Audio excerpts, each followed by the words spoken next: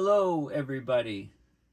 I'm Paul Beckwith, and what I'd like to talk about in this video is global food supply, demand, which sets prices. So, climate change is causing more and more extreme weather events around the world, and that's hitting the bread baskets where we grow the food for people to eat around the world. And I've always said that global food supply is one of the Achilles heels, if you like, of climate change. You know, it's something that can abruptly change, and when people can't eat, there's a lot of social unrest, as we've seen throughout history. So this paper that has just come out looks at this issue. It looks at the supply of global food, and it gives case studies around the world in the last couple of years, 2024, 2023, of where there's been massive food spikes that are contributed or attributable to climate change events, whether it be heat waves, droughts, torrential rains covering fields, things like that. So let's have a look at what this paper is all about. Okay, so this is the main figure, this map in the paper, which I'll get back to shortly. So the paper is called Climate Extremes, Food Price Spikes, and Their Wider Societal Risks. And it was just published July 21st, 2025. So it's hot off the presses, it's open access, so it's free, environmental research letters. I came across this paper from a Wall Street Journal article just yesterday, actually. Extreme weather is driving global food price spikes, report says. So when we get extreme weather events, of course, there's a huge regional effect. You know, if there's torrential rains leading to a flood, or if there's drought in a region, it's a regional and local effect. But when we're talking about climate change induced extreme weather events causing supply shortages of food, which then spikes food prices, that can affect the entire world, especially poorer people who spend a lot more of their income on food. So what does this article say? Extreme weather is driving global food price spikes. Last year was the hottest year on record, 2024. So this is some flood water, for example, in England. It drove potato prices 22% in the 13 months subsequent to this flooding. Extreme rainfall and flooding, it covered a lot of the potato crops. So extreme weather events are driving short-term surges in food prices around the world. The extreme weather event happens, and then within months, certainly within the year, the food price spikes as a direct result of that climate-driven extreme weather event. So staple foods, including potatoes, rice, onions, lettuce, and fruit, are being hit by price shocks. So this study was led by the Barcelona Supercomputing Center in Spain. The spikes that we're seeing, food spikes, are linked to heat, to drought, to heavy rainfall conditions leading to flooding. And extreme weather is only getting worse. It's already damaging crops. It's pushing up the price of food all over the world. This is happening already. For example, vegetable prices in California and Arizona jumped 80% over the year, in November 2022, after extreme drought there. Ethiopian food prices rose 40% in March 2023, following a drought the year prior. And I talked about the potato prices in the UK, extreme rainfall in the winter, and they jumped 22% in the 13 months subsequent. Cocoa production powerhouses, Ivory Coast, Ghana, and the drought led to a supply crunch. So cocoa used in drinks, chocolate bars, many other types of foods, more than tripled in price in the year to April 2024. So rising food prices are the second largest effect of climate change that people are seeing in their day-to-day lives. Okay, so the first is extreme heat, and the second is rising food prices. So people are noticing. And the El Nino, of course, amplified a number of these extremes. Last year was the hottest year on record. Global temperatures exceeded 1.5 degrees Celsius above pre-industrial. It was more like 1.6, close to 1.7. And we're talking about rises 3.5 degrees and more in the not so near term, not so far term future, in the midterm future. Okay, now there's a lot of these what they call knock-on effects or cascading effects or domino effects of food price spikes that muddy the outlook for the banks, because increased costs raise the headline inflation. It makes it more challenging to deliver monetary stability for central banks, etc. And the price shocks exacerbate a range of health outcomes as low-income households cut back on food. So there's malnutrition, diabetes, many types of cancers rise up as people eat. They don't eat as many fruits and vegetables. They eat unhealthy foods. Okay, so let's have a look at the study. So a good article in Wall Street Journal. I'll post the link. I'm not sure if it's behind a paywall, but it's a good article. I pretty much explained it. So this is the paper, Environmental Research Letters. It's open access, and you can just download the PDF from this website, which I did here. Okay, so let's have a look at what it says. This is, like I said, hot off the presses, July 21st, 2025. It's a perspective paper in ERL, Environmental Research Letters, European paper. Good job. There's loads of good climate science coming from Europe, because it's going to become problematic with the negative views and actions on science in the U.S., especially on climate change and modeling, etc. We're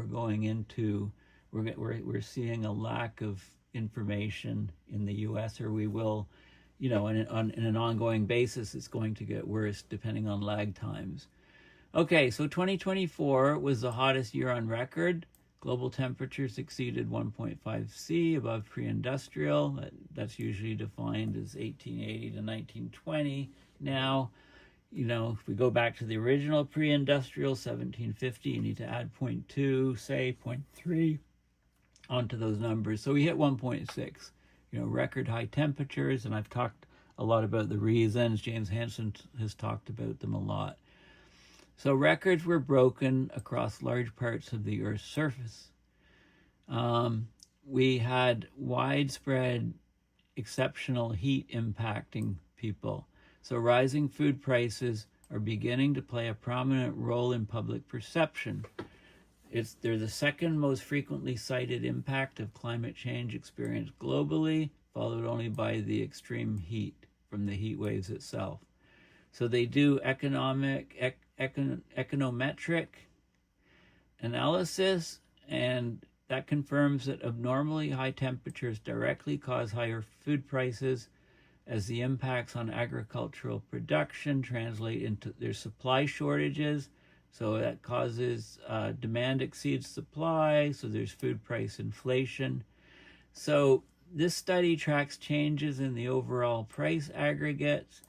They're typically slow-moving food price changes, but specific food goods can experience much stronger short-term price spikes in response to extreme heat. So they documented numerous examples from recent years in this paper where food prices of specific goods spiked in response to heat, to drought, and to heavy precipitation, leading to flooding. So they built a global and climatological context for this phenomena of food price spikes, and then they looked at the knock-on or cascading effects, the societal risks, ranging from economic inequality and the burden on health care systems, as well as destabilizing monetary and political systems. Okay, so basically so they looked at national reports, different countries, international effects on food prices spiking in response to climate extremes to build a global picture. And how they did this is they interviewed local producers, consumers, and industry specialists in food to link the price increases to recent weather conditions. Because sometimes there was a lag. Usually it happened fairly quickly. The extreme weather event happened, and then within months the food prices were spiking, but sometimes it took longer to be realized. So this is a valuable narrative approach, leveraging local know-how to connect price changes with weather, and that complements statistical analysis done by other papers relying on a detailed causal modeling framework. Okay, they used a variety of different media sources, and there is supplementary methods and data available showing the details of what they did. Okay, they looked at all of the complex socioeconomic things that modulate or change the price response. So when it's coupled with shifting demand, transportation disruptions, or speculation, so how people react to what happens. Okay, but basically it's a yield decline of a crop. So less supply, demand is going up or doesn't change, and therefore you get shortages and you get price spikes. There's also heat stress on agricultural labor. There's flood damage to infrastructure. So the farms themselves can be damaged or destroyed, and the labor force can become very unproductive if there's extreme heat and humidity approaching wet bulb temperature, for example. Okay, so this is the main sort of result here. So they divided it into, these colors are exceedance of historical percentiles from 1940 to 2019 by heat, by drought, and by flooding. Okay, so you can see the different factors and you can look at the results. So let's start down here, South Africa. So maize or corn prices were 36% higher in April 2024 after March 2024 heat wave. So there's a lag of about a month and over a third higher rise in price. So this is from heat. And over here we have drought. So Brazil, global coffee prices were 55% higher in August 2024 after a long-term drought in 2023. Over here in Ghana and the Ivory Coast, this is where you get your cocoa from for the most part, your chocolate bar that goes into chocolate bars and etc. Drinks. Global cocoa prices went up 280% by April of 2024 after the February heat wave. So February, March, April. So there's a lag of just a month or two for the heat waves. Over here, the Mexico fruit and vegetable prices 20% higher in January 2024 after 2023 drought. So the lag is longer when there's a drought. California, Arizona, vegetable prices 80% higher in the U.S. in November 2022 after droughts in that region. Then we go over to Europe, Italy, Spain. Olive oil prices 50% higher in the EU in January 2024 after a drought in 2022-2023. And over here we have in the UK, blue event, flooding event. The potato prices increased 22% from January to February 2024 after the very wet winter. Another flooding event here in Pakistan, 50% increase in the rural food prices in weeks following the August 2022 floods. And then we have back to heat events. India, onion, potato prices were up 89%, 89/81. Well, I guess in the second quarter, I'm not sure why there's two numbers, but over 80% of 2024 after the May heat wave. China, vegetable prices rose 30% from June to August because of the August heat wave. And then Japan, rice prices up 48% in September 2024 after the August heat wave. Vietnam, Robusta coffee prices 100% higher in July after February heat wave. Indonesia, rice prices from drought 16% higher in February 2024 after the drought in 2023. Australia, rainfall, flooding, price of lettuce up 300% in June 2022 following the spring floods. And then over here to Ethiopia, drought, food prices 40% higher following 2022 drought. So you get the picture, right? We're not talking about food price spikes in the future. We're talking about these things that have already happened mostly in 2024 and 2023. And these are big jumps, anywhere from 22% for the potatoes to like 300%, 3 times higher, 2.8 times higher, right? From heat waves and so on. Okay, so we're seeing this. We're getting temperatures, we're getting weather, extreme weather events that are exceeding all historical precedent prior to 2020. There's other socioeconomic factors that are rarely noted that contribute. So, for example, heat waves across East Asia in 2024. There were record unprecedented monthly temperatures across virtually all of South Korea and Japan, large parts of China and India. So Korean cabbage, 70% higher. Japanese rice, 48% higher. China vegetable prices, 30% higher. And this wasn't confined to Asia. Prominent impacts were also seen across advanced Western economies. So in California, over 40% of U.S. vegetable production is grown in California, produced in California. There was an unprecedented drought in California and Arizona in 2022. So there was an 80% year-over-year increase in U.S. vegetable producer prices by November 2022. So if you go to the grocery store and you think your prices are much higher, then this is a big reason why. Spain produces over 40% of global olive oil. So the droughts in Southern Europe, 2023, drove year-on-year price increases of 50% by January 2024, on top of price increases in the previous year from a previous drought. Okay, Ghana and the Ivory Coast produce nearly 60% of global cocoa, very important for making chocolate bars and cocoa drinks. And monthly temperatures spiked, heat waves, prolonged drought. The global market price of cocoa rose 300% by April 2024 compared to the previous year. Same thing in coffee, heat waves and drought in Vietnam and Brazil in 2024.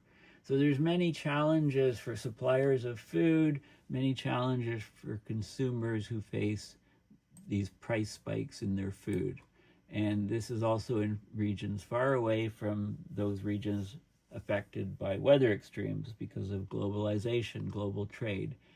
Now, this is just a catalyst for other things that can happen.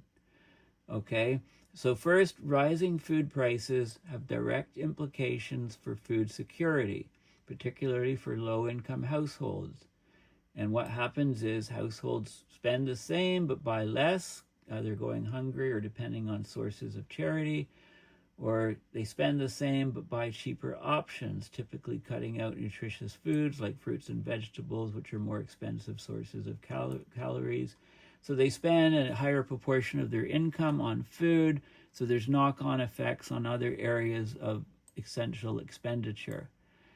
And it says these effects can be strongly regressive because of the substantial disparities in the share of income spent on food by low and high income households.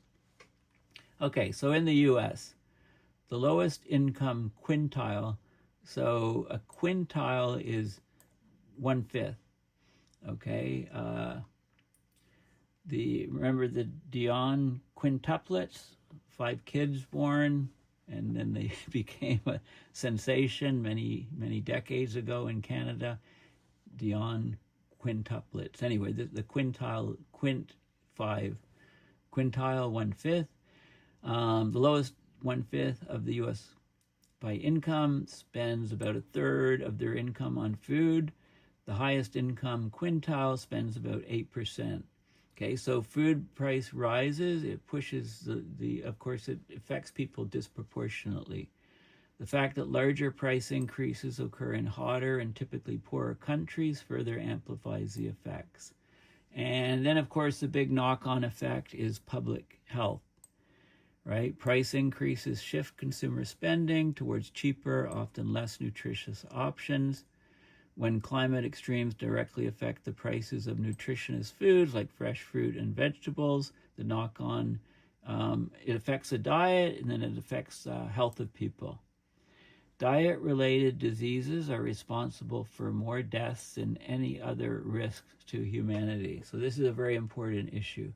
So climate-induced price increases can exacerbate a range of health outcomes from malnutrition and the associated comorbidities with that, particularly among children whose nutritional needs are higher, to a range of chronic diet-related conditions, including coronary heart disease, type 2 diabetes, and many cancers. There's growing bodies of evidence connecting food insecurity and poorer diets with poor mental health. So bad mental health outcomes, that's strong risks to the health sector, and it means more public spending needs to be done to mitigate to deal with these climate-induced food price increases and knock-on effects to health. Third, recent evidence indicates that heat impacts on food prices also raise headline inflation.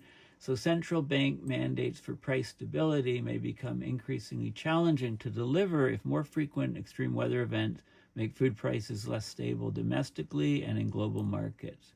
So this is a bigger risk to developing countries where the weighting of food prices and headline inflation is much greater. So we can get, a long-term drought, for example, you get a sustained upward pressure on inflation, or inflation volatility results in lower credibility and de-anchoring of inflation expectations. Rising interest rates to dampen the inflation risk exacerbating any reduction in economic growth that may also be caused by the extreme event directly. Also, food price inflation associated with climate extremes, it's becoming increasingly more of a political effect. Anecdotal evidence from across history often cites food price increases as a precursor to political unrest and social upheaval. So, for example, the French Revolution, the Russian Revolution, these were the 18th and 20th centuries, the 2008-9 food crisis, and 2011 Arab Spring. All these things are related to food price spikes. There's a robust relationship between food prices and social unrest, and this time scale is very fast, monthly time scales. So within a month or two, you can get huge effects. High rates of inflation can directly alter election outcomes in modern democracies, like high inflation reduced support for the incumbent Democrats in the 2024 U.S. election, boosted support for extremist, anti-system, and populist parties. And this has been happening in advanced economies since 1948. So when inflation affects real wages, like as in food prices, we can have a big, huge effect. Okay, so we're getting many knock-on or cascading ongoing societal risks from unmitigated climate change effects on the food system. So we have urgency here. Like, we can't wait. I mean, we're already getting food spikes. We have urgency to reduce greenhouse gases, limit global warming, perhaps pull carbon out of the atmosphere, cool the planet. We can't wait too long. So we need to also, of course, there's stuff coming so-called in the pipeline, so we need to adapt and build resilience. Now, we do have the ability to have fairly accurate seasonal to multi-annual climate predictions, to have an early warning system of short-term exposure to climate extremes and their impact on yields. At the producer level, timely information on climate conditions that can allow farmers to optimize the crop choices or allow them to schedule to limit exposure and impacts to extreme weather events.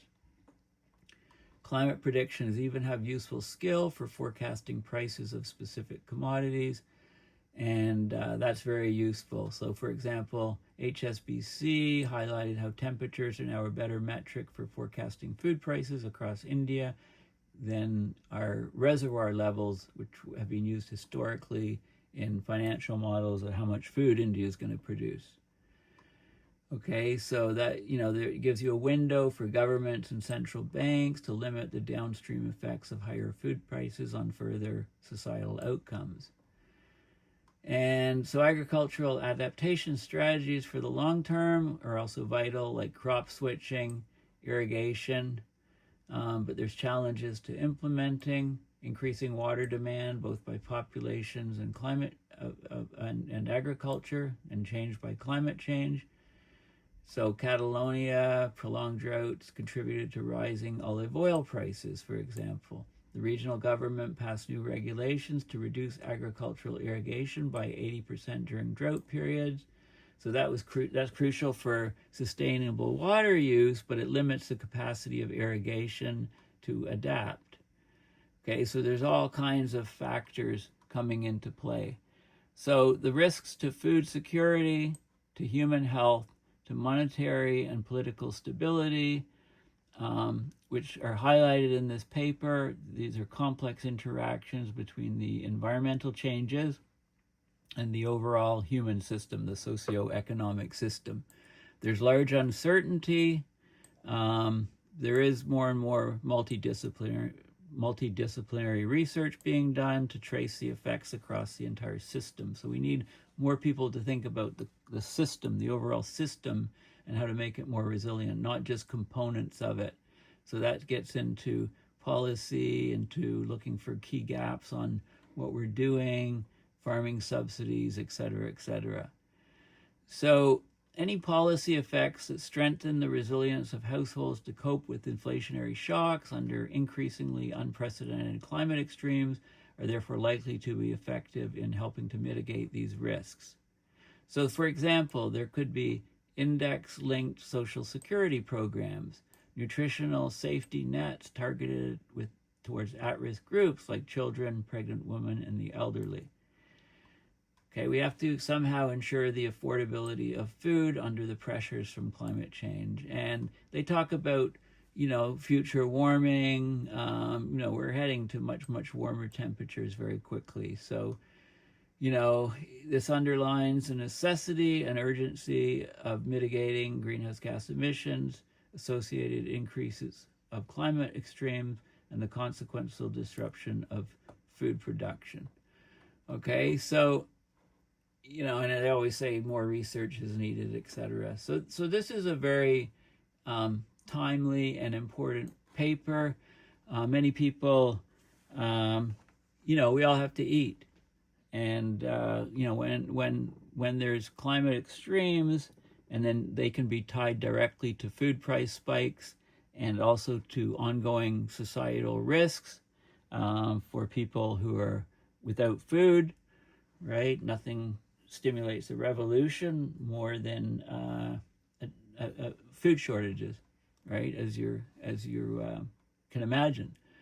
Don't need much imagination to see that. And I just want to show you, there's loads of data at this program of the European Union, Copernicus, ECMWF, the European reanalysis from 1940 to the present. Okay, 5th version. This is heavily used in this paper on food. And then there's a database on drought, SPEI. It gives information about drought conditions at the global scale. Okay, it's data from the CRU, Climate Research University at the University of East Anglia in the UK. Data starts January 1901. It's updated as new data becomes available.